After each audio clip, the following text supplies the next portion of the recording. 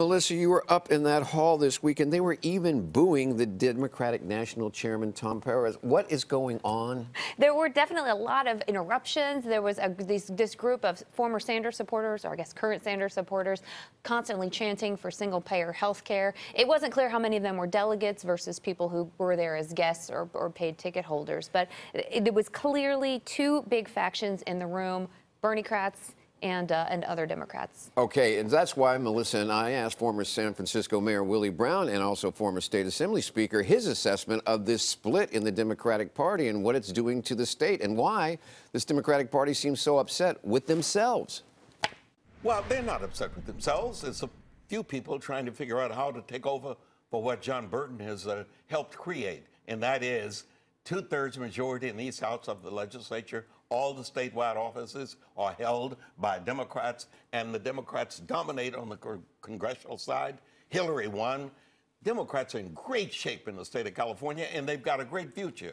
The bench is made up of people of your vintage, Melissa. My vintage is on the way out the door. Melissa, well, speaking of your vintage and the younger voter. Stop talking about my vintage. I don't know why. I feel like I should be offended by that. Well, don't be. I'll figure it out later. Okay? At least not for now. But it looks like the Democrats right now in California are focused on these Republican seats. Can they flip these 7 Republican congressional seats where Hillary Clinton won the presidential election but lost? Then the question becomes, won. do they go moderate for those 7 seats, and which is practical, or do they go to the Bernie side of the Democratic Party, which is where they ideologically a number of them want to go? And where there's so much energy right now, if you look at where the Democratic Party is actually expanding and making inroads, it's with these Bernie supporters. They've got to remain, however, extremely practical in the candidate selection process, and that's why an appearance by a guy like Pete McCloskey, a Republican congressman, retired at 90 years of age, is holding court at a restaurant in Sacramento today, interviewing prospective candidates in the 7 districts you're talking about, because somebody needs to say, how do you get Republicans to vote for the Democratic candidate in the contest? Question, when the Democrats meet, and they do it all the time, what prevails? Is it the pragmatic politics of winning, or is it the ideology?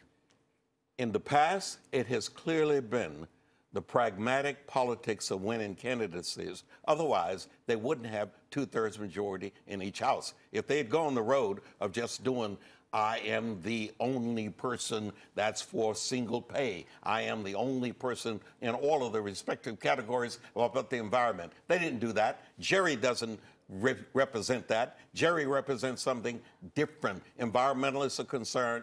Clearly, the Democratic Party in California has done it right. Well, if they've done it so right, is this election over? Are they going to move forward in a more pragmatic way? Well, you know, Ellis, who again is supported by the Sanders supporter, says she's talking to attorneys last night, and she's going to try and figure out what to do. There could be a recount. There could be even a runoff happening today, and that will give some indication about where the party plans to go. I'll point out that Governor Brown did not attend the convention. And former FBI Director Robert Mueller is now being tasked to lead the agency's investigation into the Trump administration and its ties to Russia.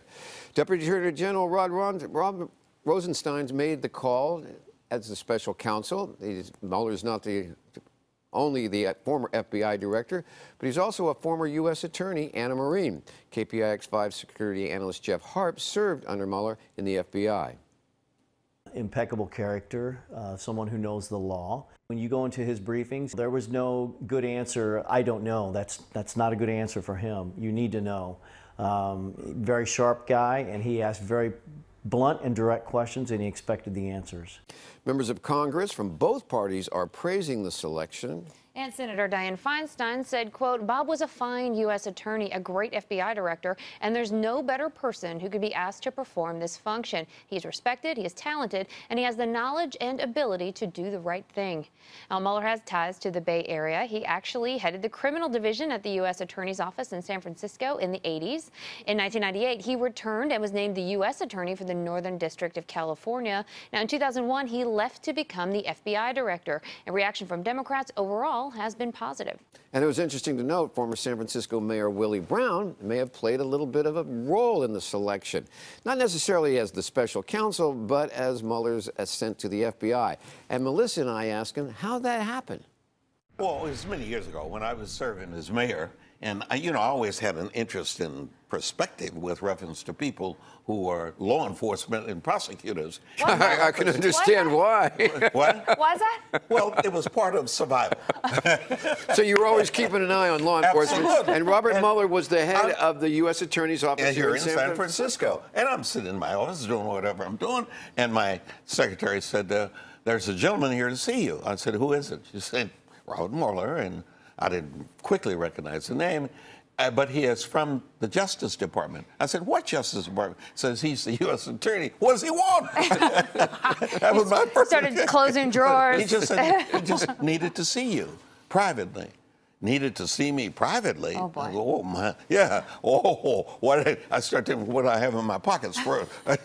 Right. Like the old days on the streets. The cop says, hello, you throw the joint out. So he comes in. He comes in and reminds that we know each other from the world of the law since he's been the U.S. Attorney here, and I'd had some clients represent him. And he said, listen, I'm in for a funny request. I need some verification. I said, what do you mean, verification? You need to be verified? What do you think about me? He said, no, I'm a Republican, and I'm being considered by the Bush administration to run the FBI. Ho, ho! I am in. What do you need to have me do? How can I help you? Yeah, what do you need to have me do? He said, well, the Democrats are going to be really concerned that I'm going to be overly prosecutory as it relates to Democrats, etc. I need somebody to tell them that they've had an experience with me and that I have always been fair. Done. Who do you want me to talk to? And of course I did it. I sent the letter. I called the Feinstein operation, the Boxer operation, and what have you. And then I got a thank you from him some time ago, and I keep that thank you. When I'm stopped by the cop, It's in your wallet. I show the letter. Is it good pick, bad pick? Let's go. We only got a second. Very, very good pick. Based on what I knew about him then, and then he had 10 years with Bush, and then Obama kept him for 2 years after he became head guy. So clearly, this guy at that time period was as you would want him to be: objective, courageous, independent, and good.